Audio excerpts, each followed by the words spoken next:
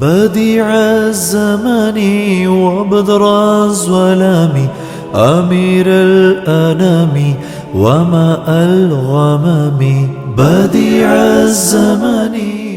Doctor Saima صاحبہ نے اگلا سوال پوچھا، اگر 35,000 سے زیادہ رقم موجود ہو، کوئی قرض بھی نہ ہو، شوہر کی تنخواہ 19,000 ہے، اسی حالت میں قربانی کا کیا حکم ہے؟ صرف شوہر پر ہے یا مجھ پر بھی ہے؟ اگر 35,000 روپے سے زیادہ رقم موجود ہے، قرض نہیں ہے، تو اور عید کے 3 دنوں کے اندر، عید کے 3 دنوں میں یا 3 دن کے کسی حصے کے اندر کسی کی ملکیت کے اندر بھی اگر اس طرح 35,000 روپیہ موجود ہے تو شرعاً اس کے اوپر قربانی واجب ہے. اور اگر آپ کے پاس اپنا ذاتی ساز و سامان، ضرورت سے زائد ساز و سامان، یا آپ کے پاس ذاتی طور پر سونا چاندی کا مجموعہ یا سونا چاندی اور نقد رقم کا مجموعہ ملا کر اگر 35,000 روپے سے زیادہ موجود ہے تو ایسی صورت میں آپ پر بھی قربانی واجب ہے. شوہر پر قربانی الگ واجب ہوگی، آپ پر الگ سے واجب ہوگی. ایک تیسرا سوال یہ کہ زکوٰۃ بہن بھائیوں میں سے کسی کو دے سکتے ہیں جو غریب ہوں، اور زکوٰۃ کسی رشتہ دار کو دے سکتے، کس رشتہ دار کو دے سکتے، کس کو نہیں؟ قرآن و حدیث کی روشنی میں رہنمائی فرمائیں. اس کے سلسلے میں ایک اصول سمجھ لیں، اصول کو اور فروع کو زکوٰۃ نہیں دے سکتے، یعنی اپنے سے اوپر والوں کو اور اپنے سے نیچے والوں کو. کیا مطلب؟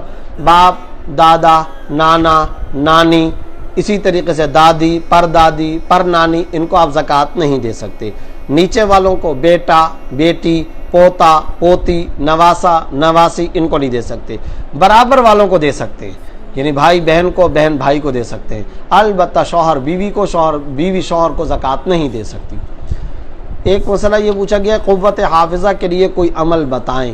سب سے پہلا اور سب سے ضروری عمل یہ ہے گناہ چھوڑ دیے جائیں، حافظہ انشاءاللہ مضبوط ہو جائے گا. یہ اہم ترین عمل ہے.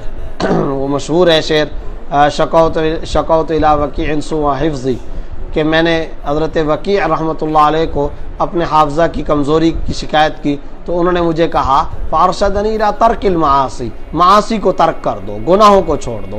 تو سب سے پہلا بنیادی نسخہ تو یہی ہے.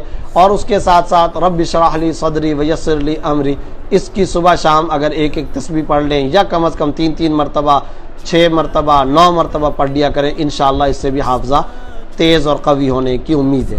روح الامین صاحب نے کوہاٹ سے پوچھا ہے موبائل میں قرآن کی تلاوت کرنا کیسا ہے؟ بالکل صحیح ہے، کر سکتے ہیں شرعاً، اس میں کوئی حرج نہیں. فائزہ کاشف صاحبہ نے ریاض سے پوچھا ہے حضرت کیا حج کے دنوں میں عمرہ کرنا حرام ہے؟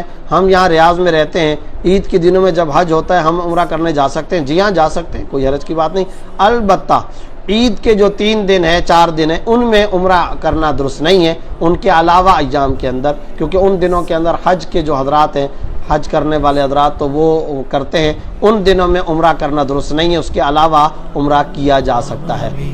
دعاء الخلیل وبرع العلیل بهدي السبيل لدار السلام. دعاء الخليل وبرء العليل وهدي السبيل لدار السلام. وهدي السبيل لدار السلام.